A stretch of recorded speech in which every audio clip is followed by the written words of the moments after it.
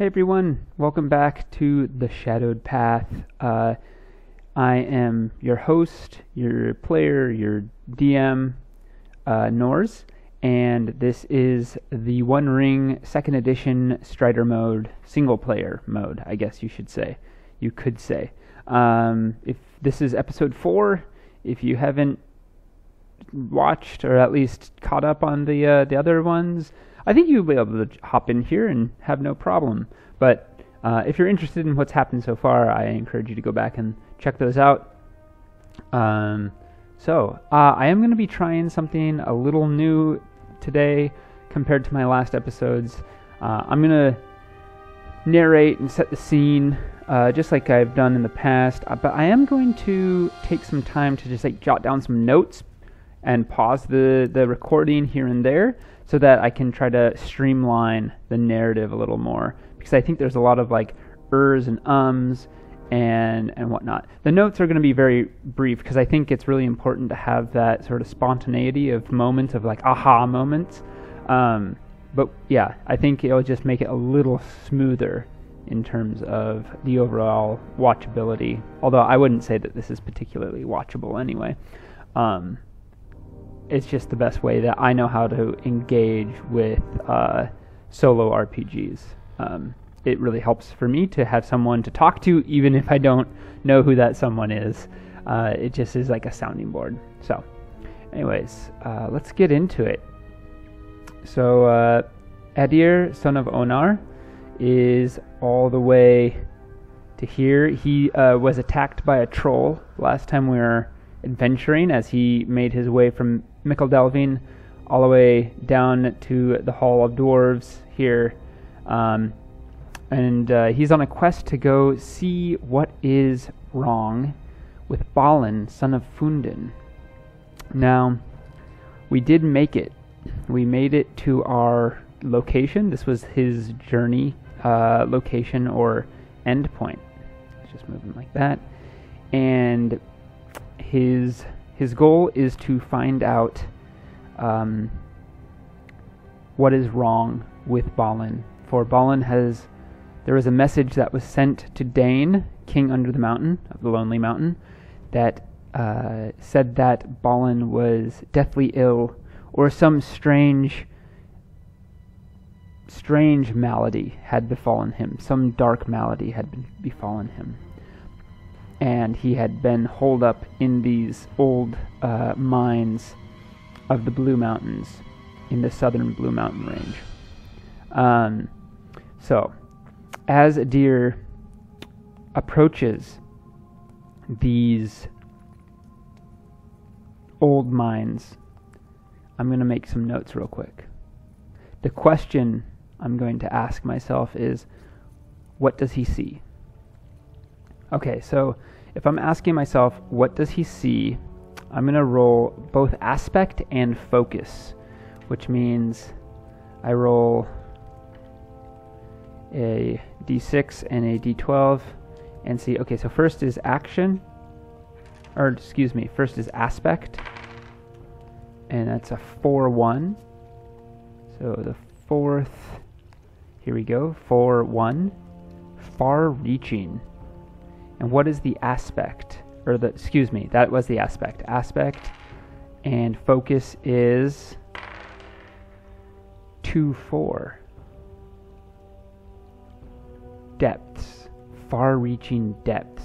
I'm going to ruminate on this real quick. With far-reaching depths, this is what I have so far. As Adir... shoot, my map is broken. Right. As Adir descends...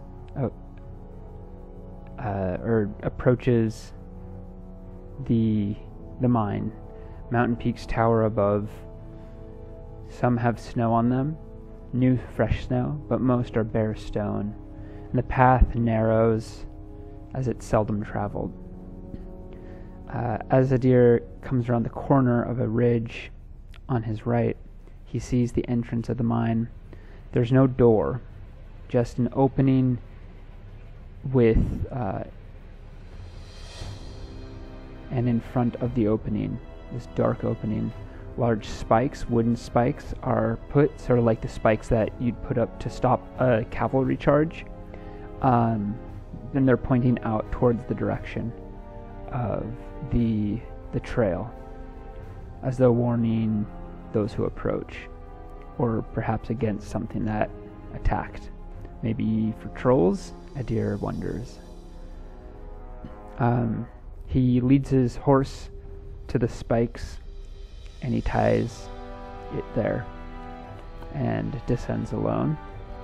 The mine shaft begins down, and Adir lights a torch, as there are no lights yet. The walls are smooth, as dwarf mines usually are, and the descent is not so steep. I think at that point he'd be listening very intently, trying to hear if he can catch the sound of any dwarf activity, mining or anything like that. So that'd be an awareness roll. I have 2 dice in awareness, so let's see if he can hear anything. Oh yes, definitely can hear something, because I only needed to beat a 12 and I got way more than 12. So now the question becomes, though, so whatever is there he can hear. The question is, can he hear the sound of dwarves? So then we go to the telling table. Here it is, telling table, middling. I think it's likely that he would hear dwarves, so we're going to roll, so a 4 or greater, he can hear dwarves, like the sound of dwarves somewhere in here. That's an 8. So he definitely can hear dwarves in the deep. As he descends now with more haste, I think there's like multiple passages that branch off from the main one, and he descends quite far before he sees the first glimmer around the corner. He sees a warm light, like a torch. So I imagine he comes around this corner with light sort of flickering, and it opens up, the tunnel opens up into something of a hall, and there are many dwarves here, and they're all busy doing something. And I think now is the time I need to pose the question, what is the nature of Balin's shadow sickness? Because I think that's going to dictate what the dwarves are doing. So that's the next question. Let's see here. So what's the nature of his shadow sickness? So I think we'll do action and focus for this. So the first one's action. Let's see how this works. I'm not always sure how to use these tables. 8, 5.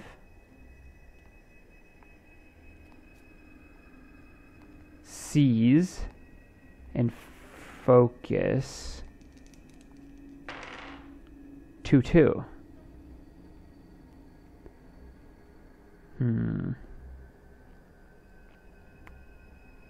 Oh shoot, what was it?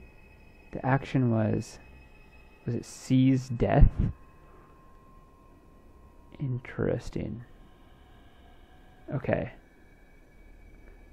So Adir comes into this large chamber around this corner, and this chamber is much larger, not like huge, but big enough to hold many dwarves. And at its center there are torches set around, and there's passages leading out. It's very clear that this is some type of like entryway or first chamber to a larger network of mines. And at its center, there's torches set around each passageway. How many passageways are there? There are 6 passageways. Other than the one that Adir is coming out of. And at the center of the room, there's a round table. And there are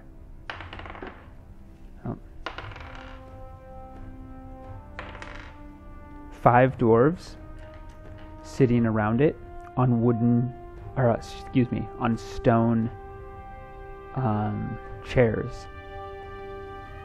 And they are talking about something, sort of like they're in council.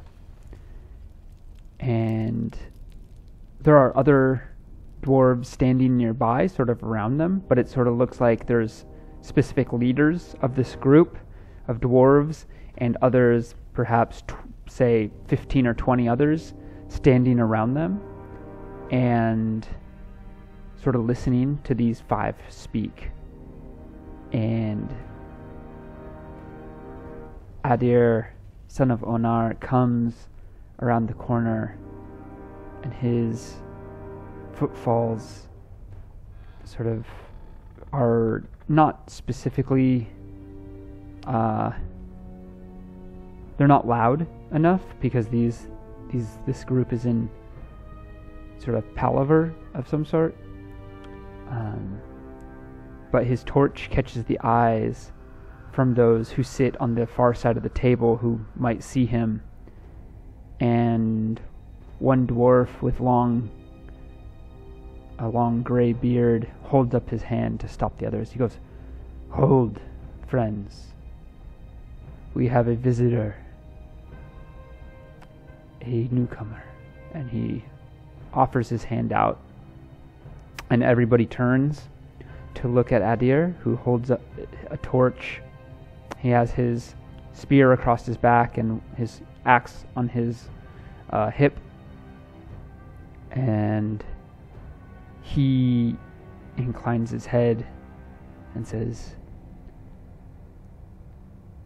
and before I decide what he says, I'm going to say this is a council.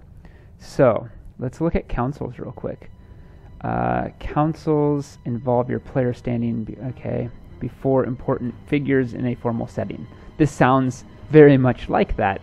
They represent social events of considerable import, often involving discussion of vital events or tense negotiations. Councils for a lone player hero are resolved as described in the player's handbook, or a core rulebook, excuse me. So I need to set resistance. I guess I'm not asking anything of them quite yet, but I think I know what Adir would ask. So maybe this is, we'll see how this goes first. So Adir inclines his head like in a little bow, and he says, "Greeting, brethren. My name is Adir, son of Onar, and I have come many leagues to see you, I believe, if Balin is still here." And there's like a bunch of stony faces. None of the dwarves acknowledge that Balin's there. And Adir pauses just for a beat and then continues, "I am from the Lonely Mountain, and King Dane, king under the mountain, has sent me for we received a message that Balin was being driven into some strange sickness, a shadowy sickness that none could cure. And I am here as King Dane's emissary to learn more and find the nature of Balin's sickness as, and perhaps find some cure if it is available, if it is even possible. And I think Adir holds out a message. My character is, Adir is considered a messenger, is his calling, and he hands out a message that's sealed by King Dane with a wax seal, and he hands it off to a dwarf, who hands it off to the dwarf who first saw Adir, the one with the long gray beard, who cracks open the seal and reads the message in silence. And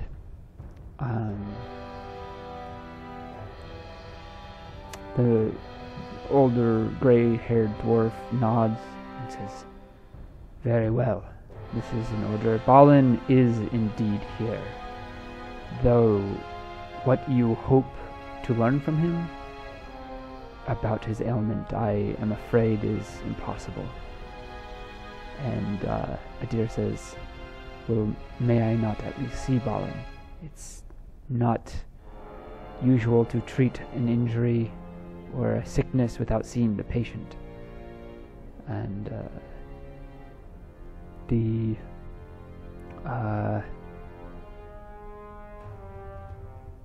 dwarves look at each other and they go, "Yes, very well, of course, you may see the patient, but I must tell you that it is not a pretty sight. Balin, we know not how,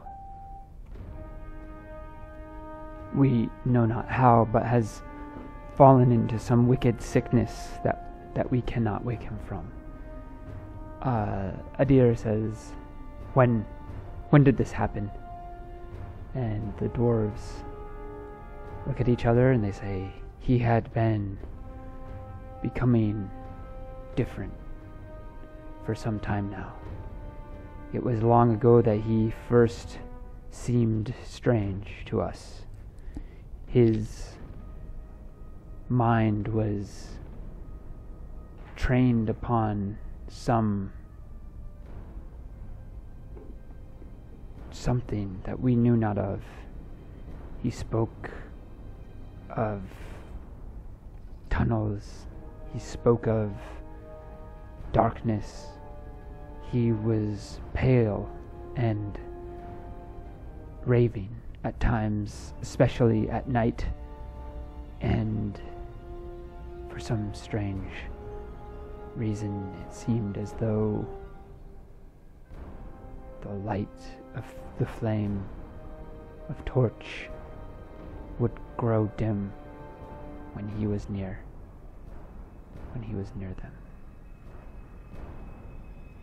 And Adir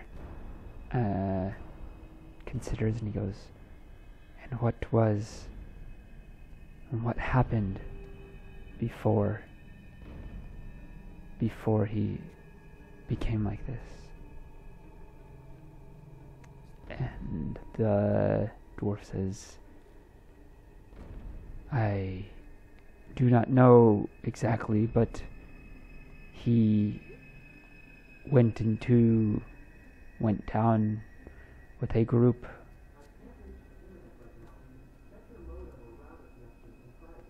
into the deeper parts of a mine not so far from here, just to the north. And he came back different and changed. We do not know why." And Adir says, "What of those who went with him?" And the dwarf who's been speaking shakes his head and he goes, They did not come back. They did not return. We sent a rescue party, for Balin was clear about where they had gone, but we could find neither. We could find no sign of them. And Adir says, very well. It seems that the dwarf with all the answers is the one I have come to see for myself. Lead me to Balin. They sort of like all the dwarves sort of stand up from the table. The ones that are watching and listening sort of shuffle out of the way so Adir can come with the others, and they're shown into one of the passageways, or one of the passageways that are leading off from this chamber. But it doesn't go down like a proper passage, it just opens into another room, a circular room, and it is filled with cots and small bunks and things for the dwarves, but at its center is a cot that is occupied, and Balin is there. His face is deathly pale, and Adir approaches, and at first he thinks that Balin is dead. He's so pale, and he puts out his finger and just puts his hand right below Balin's nose to feel Balin's breath. But when he feels it, Balin's breath isn't warm, it's icy cold.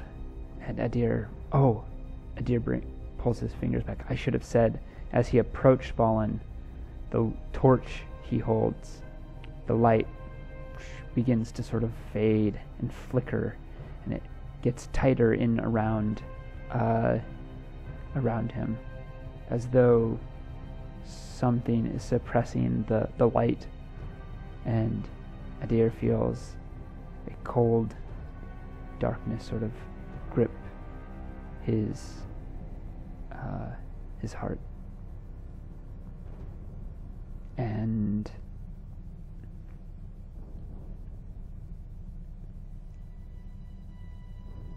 Balin is completely still. Adir takes off his backpack and puts it on the ground, and he takes out of it a small bottle of Miravor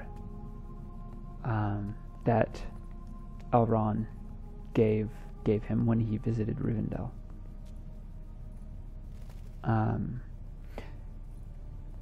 Now, I think the thing to do here,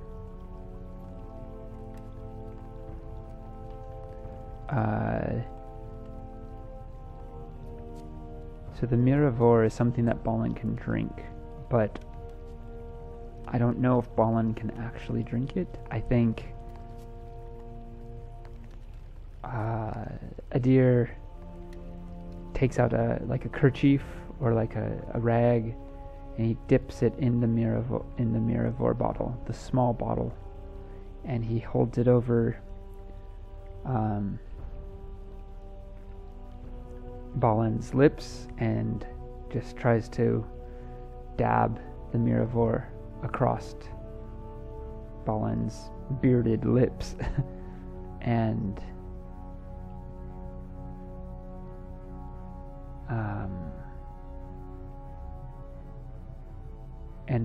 I need to think on this. So Adir continues to dab this Miravor, and I didn't mark it, and I had just forgotten, but I would have had a maximum hit points again, or endurance, so I'm no longer weary, so that's really good for this roll.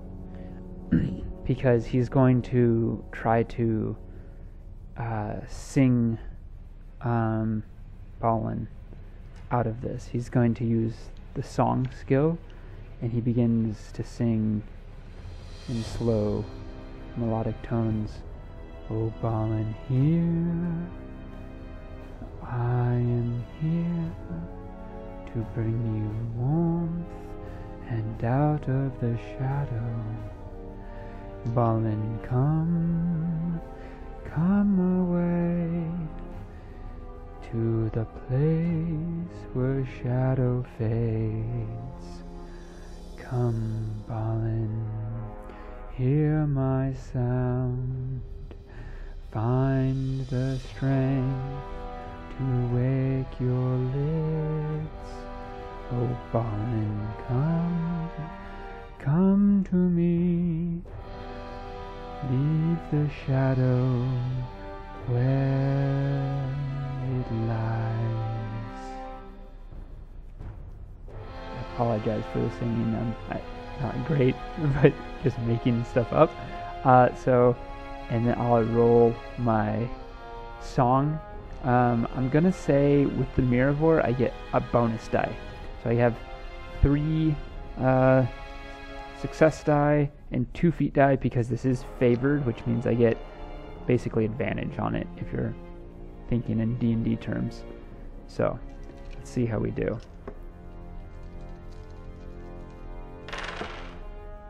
Alright, a 9, 16, I definitely succeeded in my endeavor. So, and I got a 6, which means I get something else. Let's see here. Alright, I get a 6, which means I get a special success. So I can gain insight, not necessarily to the task at hand. Helping a sick individual with a healing roll, you discover the trace of poison. Okay. Widen influence, build advantage, cancel a failure. I think I'll gain insight into this. So I had seize death, which is sort of like he's been seized by death, was what I was thinking for Balin's problems. And as Adir is singing, I think they see Balin's eyes flutter, his lips part, just enough for Adir to basically give him a swig of the Miravor,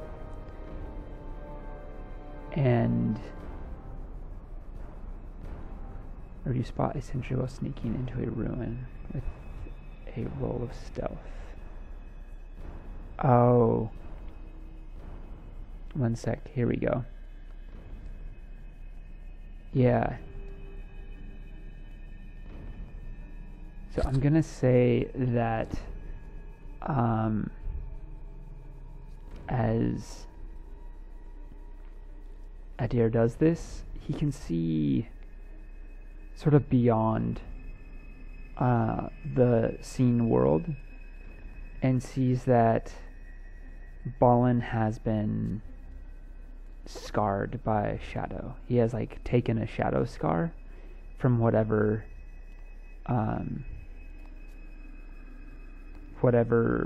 ailed him, as though he's been the subject of some strange dread or sorcery, and this scar was keeping him in this state. And as he sees this, maybe almost like he can see the essence of Balin's will is somehow dampened, but he sees that lessen as Balin drinks the Miravor, and Balin's eyes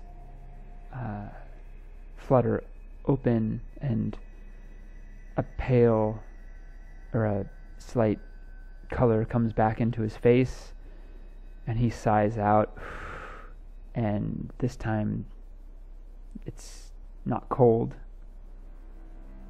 It's normal breath, and the light from Adir's torch flickers and sort of brightens and suddenly the room is filled far more with warmth. And Balin says, "Oh, I have had a vision of what we must do, and it is only as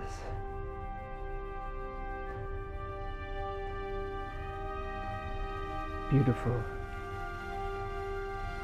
as it is risky, terrifying, and potentially costly." And he closes his eyes again.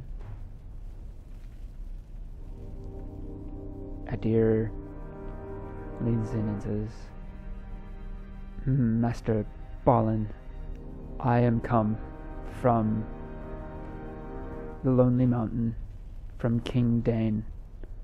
I have come to aid you, and it seems as though I have done so. But these words you speak, I'll have you repeat them when you are feeling better." And Balin nods almost imperceptibly. All the other dwarves are impressed and relieved that Balin seems to be alive and better, at least for the time being. And there is, as Adir climbs to his feet and turns around, there is like adulation of pats on the back, and they're all very pleased that he was able to help Balin, as he is much loved among the dwarves. And they lead him away and make him at home. Now, I think this probably calls for a fellowship phase, and I haven't read this yet, so I'm going to read that and I'll be right back. Alright, the first thing before I open my physical book, it says spiritual recovery. So if your actions have at least marginally interfered with the return of the shadow, recover 1 shadow point, or recover 1 shadow point, which I think means remove a shadow point. So I think I'm going to do that because I think I have done that. I did realize that I believe was conflating eye awareness with shadow points earlier. I don't know, is there an eye awareness part of this? I don't think there is. Which is fine. I'll just put it in history or something like that. Anyways, yeah, I messed that up. So next adventuring phase, I'll make sure to do that correctly. It doesn't really relate to this this specific session so far, but it would have to the others. I just sort of messed it up, but I'm not gonna like retcon it or anything. Alright, so I did that. Let me open my book to the fellowship phase. Alright, the first thing you do is set the duration. It's to give player heroes a real break from active adventuring. So I think a couple weeks, which would get rid of all my fatigue, is in order.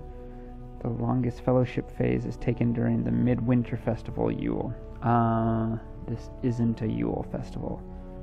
Choose destination. Certainly I have my destination. I am in the mines here, the south mines of the Blue Mountains. The players are free to select any location. Right. The company has visited so far. Okay.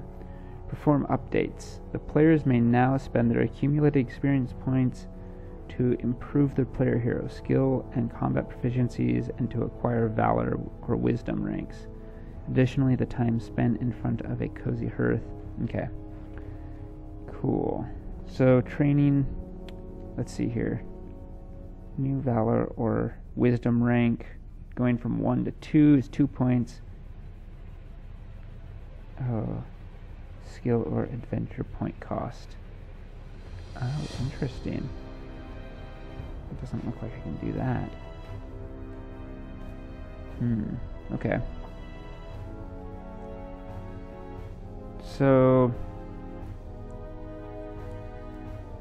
skill or adventure point cost.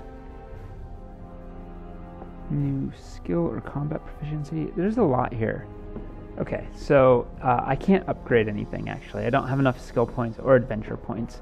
But I can clear my fatigue, which is great. And actually this needs to go down to 1 because I lost one of my axes. Although I think actually they'd supply me with another, so I'm not going to do that actually. That's just hunky-dory. Yep. Okay. Let's just save this real quick again. And so let's see what undertakings I might do. I don't know how long they take, but I'm gonna take a look at the book real quick. Alright, so for my undertaking, Adir is going to write a song. And it's going to be a walking song. Let's see, where should I put this? Rewards virtues. Doesn't have a place for songs. I'm going to put it in history. Song. Walking song. And then I'll just put that. And basically a walking song makes it so that I can make it so that I can ignore some conditions, like being weary or whatnot while I'm on a journey, which I think seems appropriate for a for a messenger. So my cat keeps on coming down on my lap. Okay. Alright, so while Adir is staying at these southern mines with Balin for 2 weeks, Balin gets better every day. It's not long, maybe takes a week for him to seem like his old self again, though everyone there can also feel that he is very single-minded. He has a plan, though what that plan is, no one can quite tell. He spends a lot of time shut away, sort of perhaps in like a study of sorts that's off from the main place where they reside, and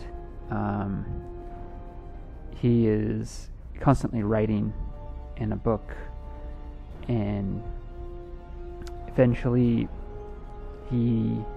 Adir approaches Balin and asks what happened to him, and why he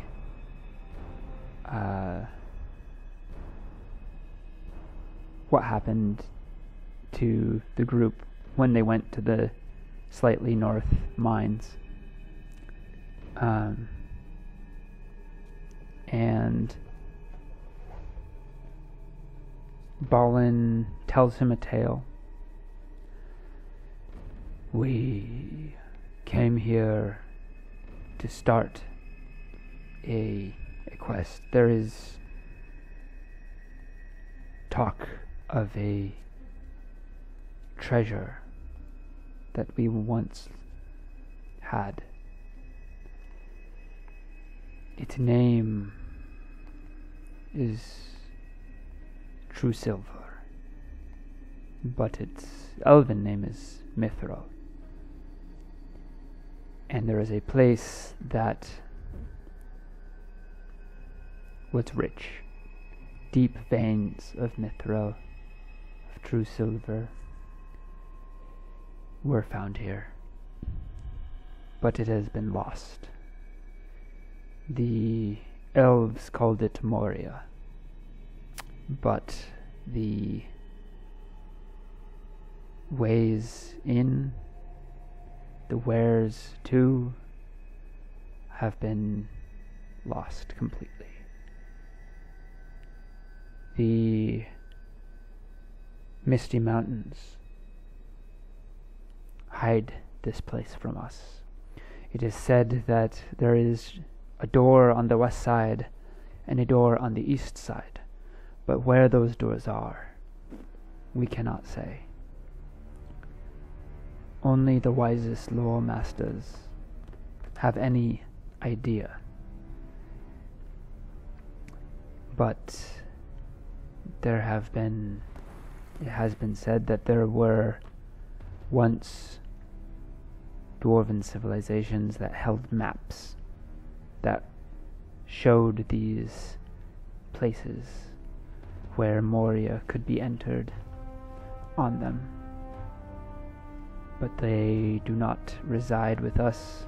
They were lost, scattered perhaps, and we have not been able to find them. So, I have been searching all the old dwarven ruins. I have been hunting these maps, if they exist any longer, hoping to find something that would show us our way. For we have retaken the Lonely Mountain, and it has brought a time of prosperous nature to our people. Why then not could we retake Moria? For it fell many generations ago to the darkness. But the dwarves are now stronger now than they have been, and perhaps it is time for us to make a stand, to retake another of our ancestral homes. The mine we went to the north, it was a not foolish endeavor, but it was a naive one. We found many things there, but no map did we find. And the deeper we went, the darker things became. And something, I know not what, put a strange curse upon us. And we fled. We fled back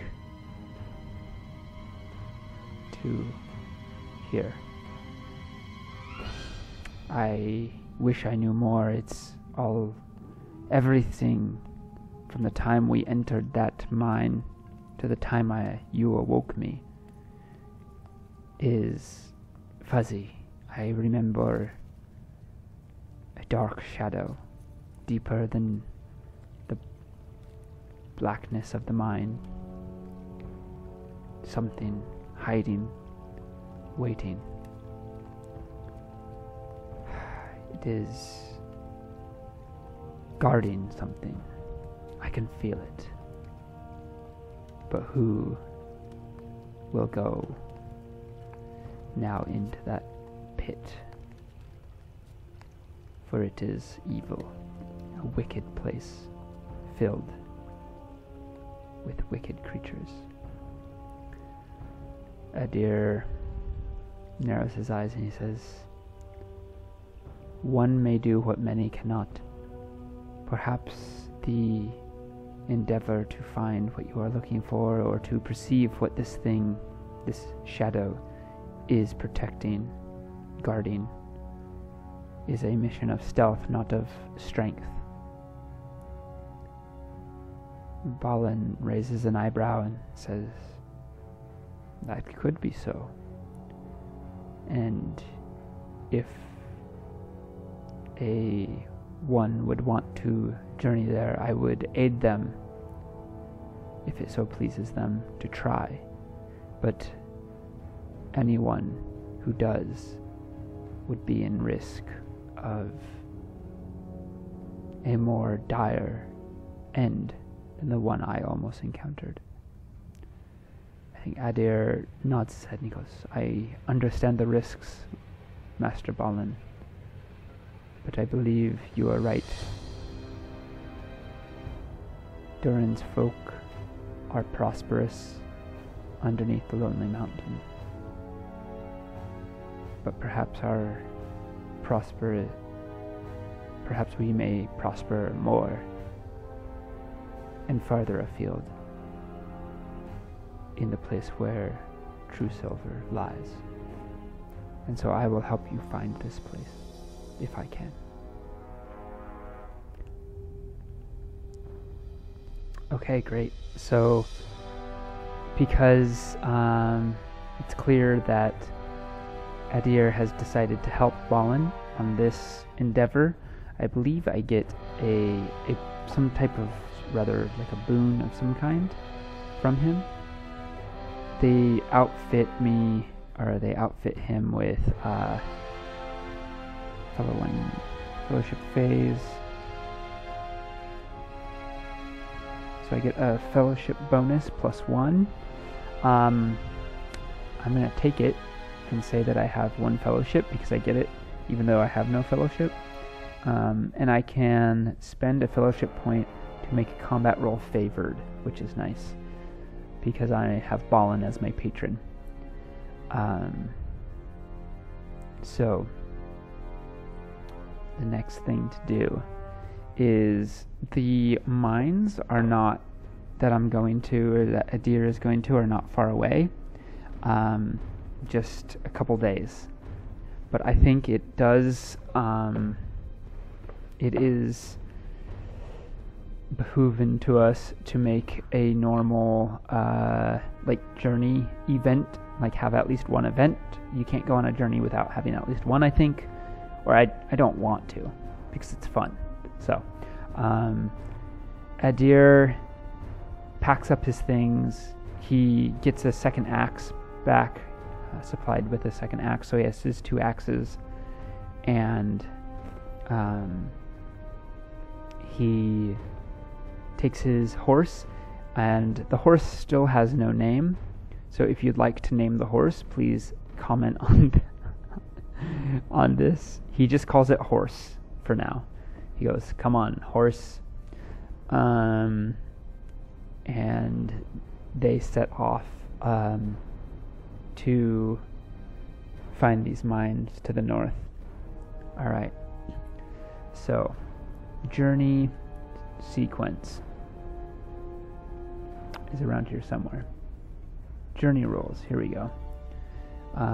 So the first thing to do is to roll what kind of event it is, or what target is the event. So the target is hunting.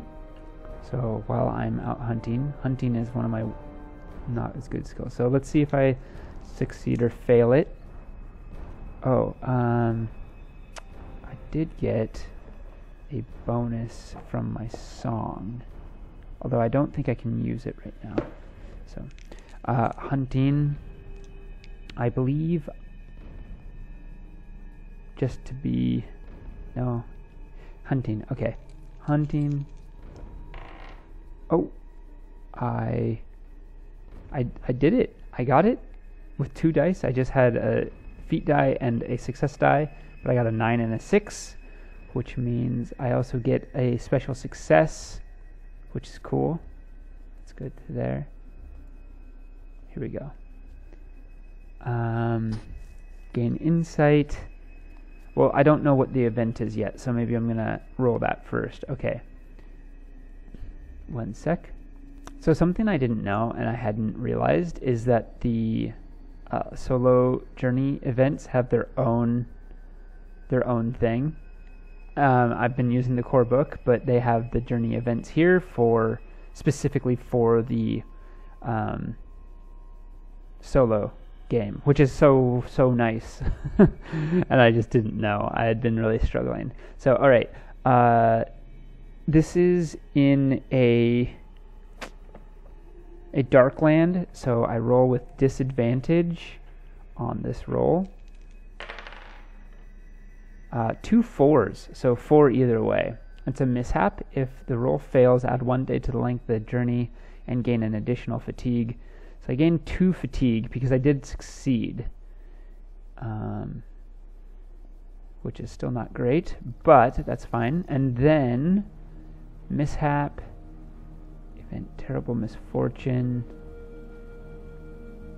choice, shortcut. Wait, what is... Oh, there's the mishap. Okay, so then I can oh, interesting. Okay, these are different. The whole system's different. Sorry. Okay. And then I roll this, so I got a 6. Wandering enemies, awareness to sense they're coming. Oh, this is way more fun. So I'm going to use the die that I succeeded on, just because my awareness... Well, actually, let's use my awareness. My awareness is better anyway, so let's re-roll it because I was doing it wrong. So, wow, this is cool. It's fun to realize that you're doing things wrong and then the game is actually better than it was. So, awareness to see that they're coming or sense they're coming. 7, 8, 9, 10. I failed. Oh, shoot. So that means I would gain that 3rd. Okay, I think that's more fair. Okay. Sequence of the skill roll. If the roll fails, add 1 day to the length of journey. Okay, wow, this is great. And then awareness to sense they're coming. So I'm gonna make some notes real quick. Okay.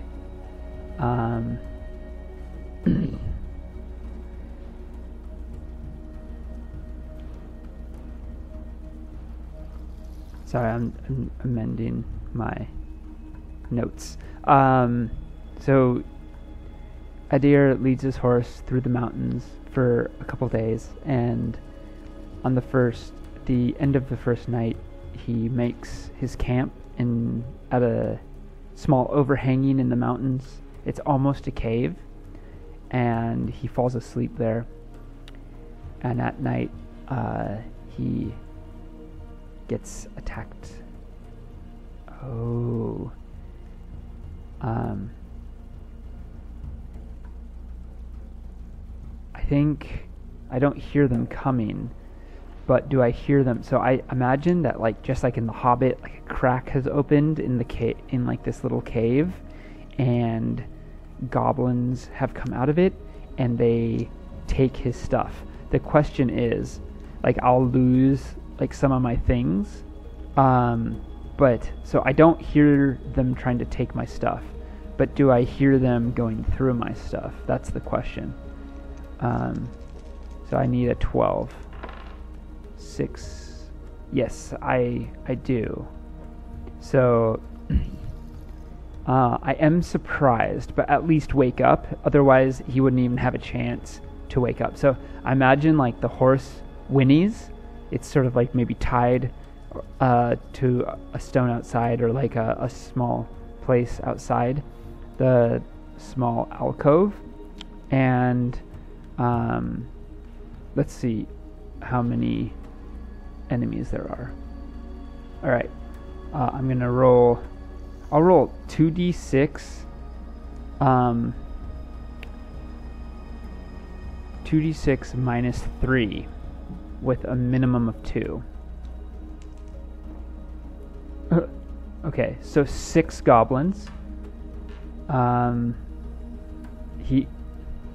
I imagine the horse whinnies, and Adir's eyes flash open just in time, and he grunts, like sort of like waking, and that's when the goblins attack. I'm gonna roll the dice how many actually can get the surprise, because some of them are going through his stuff. So 2 of them can get a surprise round to attack him. All right, well, that's not great. So we're gonna say 2 come at him with I'm gonna roll with the dark. So there's like the different dice. These are like the bad guy dice. Two of the goblins slash at him with their jagged knives. 14. Oh, and that hits. So it's dang. That was a good roll. So just two damage. I think he scrambles up, trying to sort of avoid them as best he can. Rolls to the side, and the second one also hits. There's just like barely. Oh, and it gets a Tangwar. So I think. Oh, here we go. No. One sec. I gotta find this. All right. The doesn't have anything other than heavy strike, so it's going to heavy strike my character. So with a heavy blow, that does 4 damage rather than 2. Ugh. Okay. Oh, that's interesting. This should be at 3. Yeah. There we go. And I'm gonna say we skip the ranged attacks completely. Let's see. Okay, and then so it's Adir's turn. He draws both of his axes in a fluid motion. He never keeps them far away, especially while in the mountains of a dark land. And he's gonna bear down on them, on one of them at least, and see. Now I am home brewing a couple things. I'm saying if I get Tangwars, I can take a second attack since I have 2 axes. So that's sort of like the dual wielding. This is not in the core book, or as far as I know, any book. But I think this is a cool idea of like if you wanted to wield 2 weapons, you could wield, both of them, and with special things you could get an additional hit. Now you can only get 1 additional hit. You can't keep on chaining it. It doesn't work that way. The other one is that if I can, if I get a Tangwar, I could also use my second axe as a shield to get +1 to parry for the next round. That just seems like sort of a fun mechanic as well if I'm like going more defensively. Alright, so I'm gonna swing at them. 10. Oh right. Do they have parry? They don't. They don't have any parry, and that definitely hits. So I slash into 1. Oh, it's a 10. So I think I can pierce here. Yeah, I do, which is really good. So yeah, he slashes into 1 with a piercing blow. Oh wait, I don't know if axes have pierce. Okay, I figured it out. It's not pierce that I was thinking about. It's just like it's a wounding blow of some kind. Okay, I was getting confused about the differences between pierce, which is something you can do with a spear or an arrow, with a 10 or with a 6, and a piercing blow, which means if you roll a 10 or a Gandalf rune, you make a piercing blow, which means that my enemy must make a protection roll to beat my piercing blow injury rating. My injury rating is 18, which is pretty good. And I don't think their protection rating is very high. Like, they don't have much armor. Where are those adversaries at? Here we go. Okay. So here, armor 1. Okay, so they need to get an 18. Let's see. Ooh. I mean, it wasn't close, actually. Okay. So that deals... Oh, it just kills them outright. So, Adir grabs his things, and I think like as these two goblins are trying to hit him with the knives, he slashes one, and its head just gets lopped off. They are cowardly.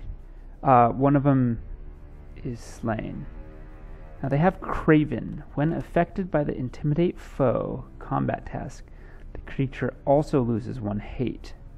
Okay, but that doesn't like make them run away or anything like that. Okay, so there's still 5 left, and they're gonna make their attacks. So I guess that's a bunch of knives coming at me. They all have these like little knives that they're coming at me with. And unfortunately, I didn't do my, well, I guess I'm just in open stance, which is just like a sort of the default. All right, so here they come. Oh, that guy missed. So 1 missed. Second, 6, 7, 8, 9. Oh, just made it. 14. No Tang Wars though, so just 2 more damage. Yikes, I don't know. And that's 2, 3. 2 more damage because it got this Eye of Sauron. I imagine that Adir is sort of like pushed to his limits. He's blocking some, he's getting slashed by others, but it's his endurance. He's just getting exhausted. 4, 9, 10. No, okay, this one doesn't hit, and 5. And it automatically, yeah, definitely misses. All right, so only a couple hit me. I'm going to go defensive to try to weather the storm, so they get -1 to hit, but I get -1 to hit as well. So here we go. They don't have parry, so I'm just looking for 12. I need a 12. Oh gosh, I got an Eye of Sauron. And a 1. It's like literally the lowest roll you could possibly get. That's my turn. They only get, they're reduced as well. They miss with 4. Miss again. That's 2. Miss again, 3. Miss again, 4.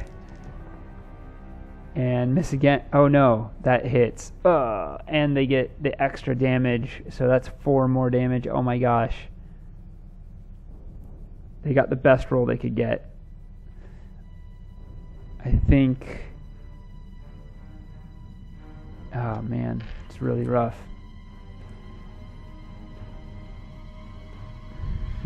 They all pursue for sure.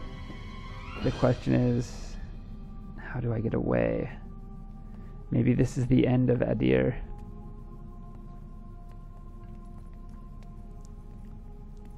Perhaps. And then I start over with a different character. The Shadowed Path Season 2 after 4 episodes. Alright, I'll try. I need to get out of here is what I need to do. Let's look at retreating real quick. Alright, here we go. I found what I was looking for. So I can change to skirmish stance, which is ranged combat, and that is with my my spear, and I don't lose any die, and I'm going to use a hope point, but if I succeed on this, I can basically escape. I know that this is maybe, so I'm going to use this, so 1 hope point, and I can escape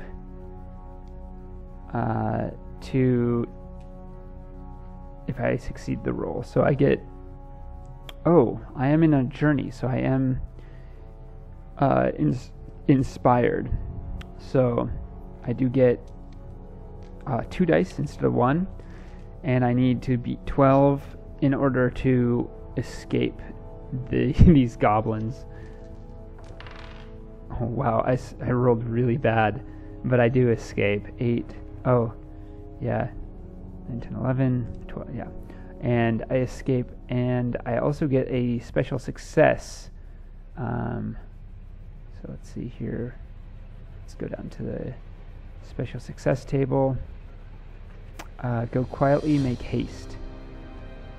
Widen influence, build advantage. Gain insight. Cancel a failure if co-op. With other players, you help another player. Go quietly. I think that's it. I think I'm able to keep them at bay. Adir holds his axes up and keeps them at bay just enough time to grab his horse and go. I think there are some things that I've left behind, though. Not my weapons. My weapons are good, but I'm gonna roll a d3. So 1, 2 is 1, 3, 4 is 2, and 5, 6 is 3. And we'll see how many useful items I left behind. Just 1. I got a 1. So I leave behind. I mean, I think this one's the obvious one, my bedroll. Yeah, because I got out of it so quick and didn't have time to pack it up or anything like that. I was wearing my elven cloak, so it wouldn't make sense to lose that. But I no longer have this bottle of Miravor. That's gone. And yeah, there we go. So I still have the dwarven flute, and I still have the elven cloak. I still have my horse. But I am pretty hurt. This is not great. But I'm able to hold them off, get on, or grab the horse and go, and they have stolen my bedroll. Goblins love bedrolls, I guess. Yeah. And I'm also gonna say that they got some of my treasure. They took 5, so I'm down to, yeah. So I just go down to 87 treasure because I just rolled a feat die and I got a 5 on it. So they took 5 of my treasure rating, which means I can't even have those amulets. Shoot. Oh man, I should have used this to get advantage on something. That's okay. And I ride through the night. Gosh, am I weary? I am just barely not weary, but it's not great. Alright. The next day, it dawns. And let me update this real quick. After fleeing the goblins, he comes to the mine and reaches the opening and is faced with a lot of fatigue and weariness. He's not doing well. Now, I'm curious about recovery real quick, because part of me thinks I can recover some of this resting. Let's see, recovery is recovering hope. Resting 71. I think I can get back a good chunk. 71. Resting. Short rest. With a short rest, adventurers recover a number of lost endurance points equal to their strength. Wounded heroes do not recover any points at all. Okay, so I can recover 6. So I can go back up to 20 while I rest. So that's pretty good. And then what about the prolonged rest? What does that do? Player heroes taking prolonged rest recover all lost input. Okay. Under normal circumstances, the company is allowed to take a single prolonged rest each day, usually at night. Okay. I think because he's going into this cave, I think he'd take a day to rest up and actually take that prolonged rest so that I can recover. Yeah. Player heroes are recovering in a safe and comfortable place.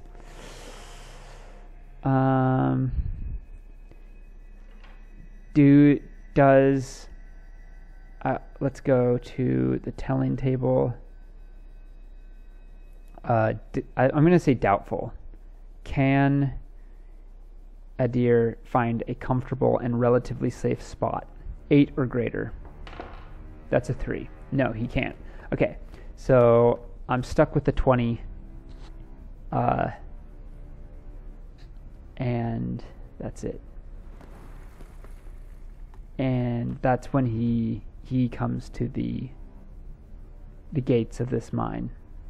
And similarly to the one that Balin was in, it has no door, or maybe it does. It has a door that's like fallen off, and like the big slabs of stone are like hanging, like one's hanging off its hinge, just barely, or like has fallen, and the hinges were stone, so they're cracked, right? And the other one is like fallen in, like on top of it, sort of like slanted wise, and that's where we're gonna end our session today.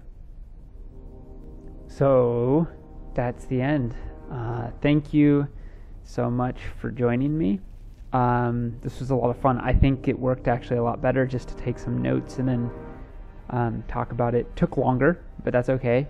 I loved that I actually played it a little more to the book, and I think it works better with the event details are great.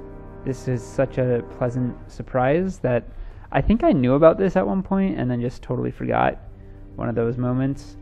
But this is great. So you just roll this and then you get like all these different types of rolls, which is a lot of fun. A spacious gathering, noteworthy encounter. Some of them you don't even make rolls, which is sort of fun. Yeah. So it's a lot of fun. I really like it. I didn't have the map today because apparently the internet company that I have is experiencing a regional wide blackout of internet, so it's just not working anywhere. So bummer. But thanks for watching. I have been really impressed and surprised with how many people have been watching these videos, and I've been gaining quite a few followers, which is really pleasant and neat, and just sort of, it's funny. I know that this is a slow-moving channel, that things don't happen quickly in the game, but I appreciate you watching and learning with me, because I find this really fun, and it's interesting how it flows, because some days I feel very engaged with the system and I feel like the inspiration is really there, and other times I feel like it's coming really hard, like it's really hard for me to work through like what exactly is happening in my head. I'd be interested how other people feel while trying to play solo like this. So the next video I make is gonna be Colossal. It's a different solo RPG system. Doesn't use dice, just cards. It's very much more storytelling than it is mechanical. It's really fun. So check that out. I've posted 1 episode so far, and I'm excited to post the second. It's very different than Lord of the Rings, and yeah, I hope you enjoy that. So if you're, I think I'm gonna try to, once I reach 50 followers, I will do a little raffle. I have an extra copy of Tales or Ruins of the Lost Realm, and I have an extra copy, so I think I might just send it out, do like a little giveaway, and basically pay back the community for watching my videos and stuff like that. So keep your eyes peeled for that at some point. All right, thanks for watching, and I'll see you next time.